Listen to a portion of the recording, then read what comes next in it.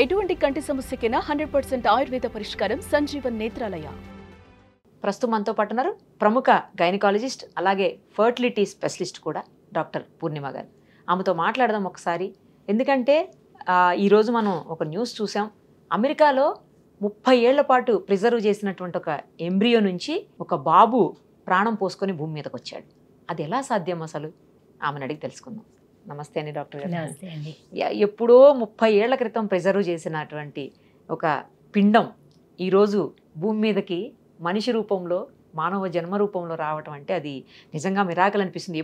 అప్పట్లో, ఇప్పుడంటే టెక్నాలజీ బాగా పెరిగిపోయింది డాక్టర్ గారు, బట్ అప్పట్లో 30 ఏళ్ళు పైబడి ఆ ఎంబ్రియోని అంత కేర్ఫుల్గా ఫ్రీజ్ చేశారంటే అసలు మామూలు విషయం కాదు. అది సాధ్యమా అసలు? ఎలా అది కంటి ముందు కనబడుతుంది కదండి.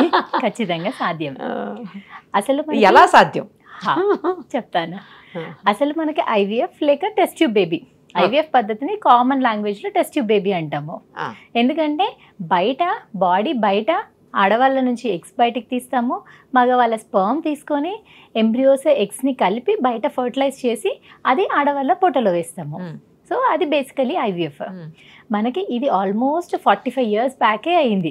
అప్పుడు మనకి 1978లోనే ఐవీఎఫ్ ద్వారా ఫస్ట్ బేబీ. సో మనకి every 5 years or 10 years IVF లో మనకి అడ్వాన్స్మెంట్ అనేది జరుగుతూనే ఉంది. ఓకే. సో దానిలో భాగంగా మనకి ఐవీఎఫ్ లో మనకు ఇప్పుడున్నంత సక్సెస్ రేట్స్ కూడా అప్పుడు లేకుండే అండ్ కాంప్లికేషన్స్ కూడా ఉండే. సో మనకి ఏంటంటే ఐవీఎఫ్ లో ఇంజెక్షన్స్ ఇవ్వడం వల్ల చాలా ఎగ్స్ వస్తాయి. ఎగ్స్ వచ్చినప్పుడు ఆడవాళ్ళకి ఓన్లీ 2 or 3 ఎంబ్రియోస్ పెట్టడానికి ఉంటుంది. ఎగ్సెస్ మిగిలిపోయిన ఎంబ్రియోస్ ఏం చేయాలి? అవి చాలా ప్రెషస్ ఎంబ్రియోస్. అవి అలా మనం డిస్కార్డ్ చేయలేము, బయట పెడితే పెరగవు. దాన్ని ఏం చేయాలి? సో ఆ ఆలోచన నుంచి వచ్చింది క్రయో ప్రిజర్వేషన్స్. అంటే మనకి ఎంబ్రియోస్ కానీ ఎక్సెస్ మిగిలిపోతే దాన్ని మనం ఎలా ఫ్రీజ్ చేయాలి, ఎలా ఫ్యూచర్కి వాడుకోవాలి అన్న దాంతో మనకి ఈ ఫ్రీజింగ్ అనేది స్టార్ట్ అయింది. సో అలా ఫ్రీజింగ్కి మనకి నార్మల్ చెట్టు విత్తనంలా కాదు, బయట పెడితే దానికి మట్టి నీరు ఇచ్చేస్తే పెరిగిపోతుంది. ఎంబ్రియో అలా కాదు, దానికి కరెక్ట్ టెంపరేచర్, హ్యూమిడిటీ, చాలా కండిషన్స్లో సేవ్ చేయాలి ఉంటుంది. దానికి మనకి చాలా ఎక్స్పెరిమెంట్స్, స్టడీస్ తర్వాత మనం అలా ఫ్రీజింగ్ టెక్నిక్స్ అయ్యాక 1984లో అంటే రెగ్యులర్ ఐవీఎఫ్ బేబీ పుట్టిన తర్వాత 84లో ఫ్రీజ్ చేసిన ఎంబ్రియో తోటి బేబీ డెలివరీ అయింది. అది కూడా అప్పుడే జరిగిపోయింది. ఓకే. కానీ మనకు అప్పుడు ఉన్న ఫ్రీజింగ్ టెక్నిక్స్ ఎక్కువ లేకపోయేసరికి అండ్ అడ్వాన్స్గా లేకపోయేసరికి మనకి ఇంత లాంగ్ ఎప్పుడు అవ్వలేదు. మనము ఎంబ్రియో తీసుకున్నాక అది ఆల్మోస్ట్ లిక్విడ్ నైట్రోజన్లో 195 degreesలో పెడతాము. అది పెట్టడం అండ్ అలా పెట్టడం వల్ల మనకి ఎంబ్రియో కానీ ఎగ్ కానీ ఏ స్టేజ్లో పెట్టామో అదే స్టేజ్లో అరెస్ట్ అయిపోతుంది, మళ్ళీ డ్యామేజ్ కాకుండా. అద్భుతంగా. ఓకే. అస్సలు మా బాబోయ్ మామూలుగా కాదు. అసలు మానవ జన్మే అద్భుతం అంటే మళ్ళీ అదొక అద్భుతం అండ్ మన అదృష్టం అనుకోవాలి. ఎందుకంటే చాలా మంది ఇప్పుడు ఐవీఎఫ్ టెస్ట్ ట్యూబ్కి రాందెందుకు? ఫస్ట్ థింగ్ ఏంటంటే భయం. ఐవీఎఫ్ అంటే పెద్ద పద్ధతి, నాకేమైపోతుందో, నాకు ఏమైనా రిస్క్ ఉందా అని ఫస్ట్ మమ్మల్ని అడిగేది అదే. అవునా? అవును. ఐవీఎఫ్ పద్ధతులే అంటే అది చాలా పెద్ద పద్ధతి, మాకేమైనా కాంప్లికేషన్స్ ఉంటుందా, నేను ఇప్పుడు టెస్ట్ ట్యూబ్ బేబీకి వెళ్తే నాకు ఫ్యూచర్లో ఏమైనా ప్రాబ్లం ఉంటుందా అని. ఇప్పుడు మనకి ఏంటంటే ఇలా ఇంజెక్షన్స్ ఇచ్చి ఎంబ్రియో ఫ్రీజ్ చేయడం వల్ల మనకి కాంప్లికేషన్స్ అనేది జీరో. ఎప్పుడు కూడా ఐవీఎఫ్ తోటి ఏ ఉమెన్ కి కూడా సీరియస్ కాంప్లికేషన్స్ అనేది అవ్వదు. ఓకే. సో ఈ ఎంబ్రియో క్రయో ప్రిజర్వేషన్ మన దానికి కూడా అలా కూడా హెల్ప్ చేస్తుంది మనకి. సో ఎప్పుడో ఆమెకి భర్తతో గొడవలు అయ్యాయంట, డైవర్స్ తీసుకున్నారంట. అప్పుడు ప్రిజర్వ్ చేసిన వాటితో అంటే ఇప్పుడు ఒక బేబీ వచ్చింది, ఆల్రెడీ 3 బేబీస్ అప్పుడే ఉన్నారంట. వాళ్ళ ఏజ్ ఆల్మోస్ట్ 35 years అంటున్నారు.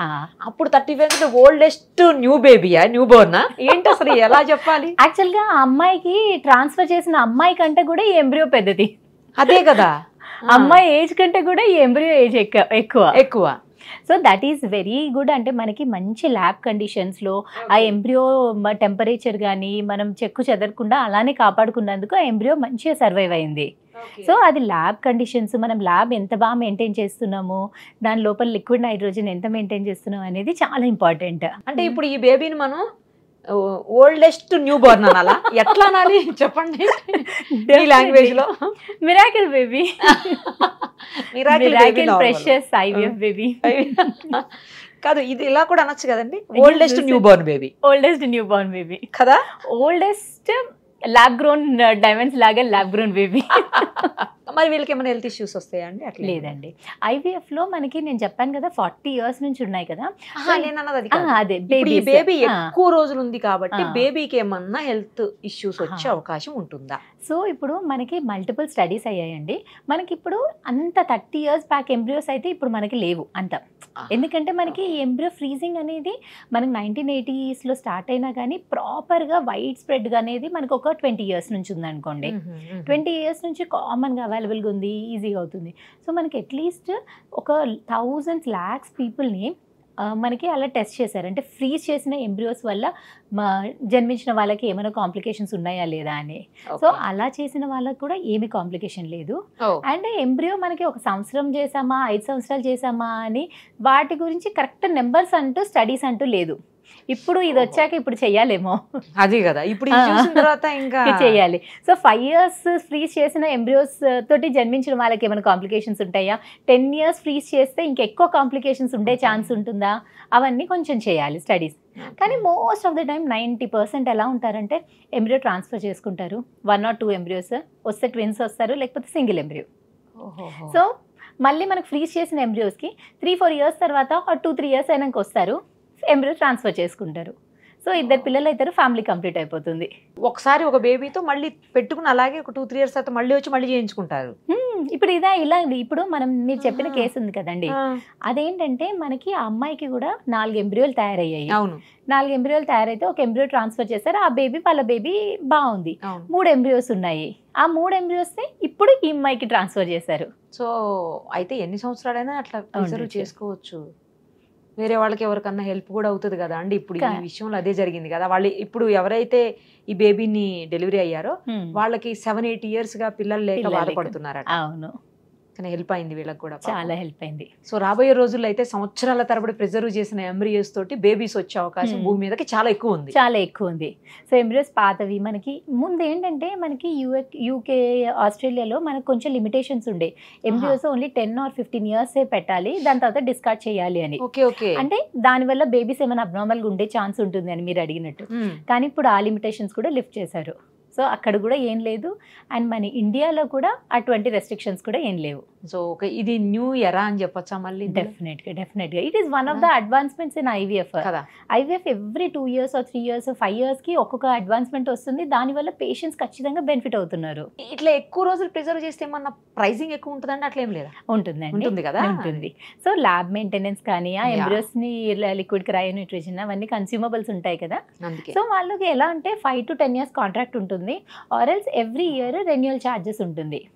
ల్యాబ్ టు ల్యాబ్ కొంచెం వేరియేషన్ ఉంటుంది. పర్ ఎంబ్రియో అరౌండ్ 5,000 to 10,000 లాగా ఛార్జ్ చేసుకొని ఫ్రీజ్ చేసుకుంటారు. అంటే ఈ ఎవరైతే తీసుకుంటారో వాళ్ళకి కూడా కొంచెం మా నార్మల్ ఐవీఎఫ్ కంటే ఇది కొంచెం ఎక్కువ పడుతుంది కదా అంటున్నాను. ఇప్పుడు ఏంటంటే మన ఇండియాలో మనకి ఏఆర్టీ రెగ్యులేషన్స్ యాక్ట్ 2021 ఉంది. దానికన్నా ముందు ఏంటంటే ఒక కపుల్కి చాలా ఎంబ్రియోస్ ఫామ్ అవుతున్నాయి. వాళ్ళు అన్ని ఎంబ్రియోస్కి ఫ్రీజ్ చేసుకోవడం ఎందుకు అని వాళ్ళకి సరిపడని ఎంబ్రియోస్ ఫ్రీజ్ చేసుకొని మిగతావి వాళ్ళు ఎవరికైనా కావాల్సిన వాళ్ళకి డొనేట్ చేసేంత రైట్ ఉంటుండే. కానీ ఇప్పుడు అలా చేయకూడదు. మనకు కొంచెం రూల్స్ అండ్ రెగ్యులేషన్స్ చేంజ్ అయ్యాయి. సో అలా ఎక్సెస్ ఎంబ్రియోస్ ఉంటే డిస్కార్డ్ అన్నా చేయాలి. సో ఖచ్చితంగా వేరే కపుల్కి ఇవ్వకూడదు. కపుల్కి కావాల్సిన వాళ్ళంటే కొత్త ఫ్రెష్ డోనార్ని తీసుకోవాలి, కొత్త స్పర్మ్ డోనార్ని తీసుకొని ఎంబ్రియోస్ క్రియేట్ చేసి అదే కపుల్కి వాళ్ళ పేరు మీదే రిజర్వ్ చేసి ఫ్రీజ్ చేయాలి. అలా ఇవ్వచ్చు. కానీ డోనర్ ఎవరో వీళ్ళకి తెలియకూడదు, రిసిపియంట్ తెలియకూడదు కదా. రూల్ ఉంది. అవును, ఉందండి, ఉంది. ఇది ఏదైనా కూడా ఒకటైతే మిరాకిల్ ఈ రోజు చూసాం. ఎప్పుడు ఫస్ట్ టైం అండి ఇలాగా? ఇది ఫస్ట్ టైం అండి చరిత్రలో, ఫస్ట్ టైమా?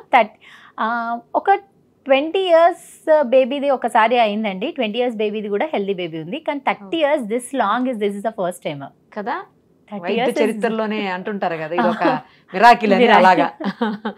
రైట్ అండి, thank you so much. Suman టీవీలో మీ పర్సనల్ అండ్ బిజినెస్ ప్రమోషన్స్ కోసం కింది నెంబర్కి కాంటాక్ట్ చేయండి.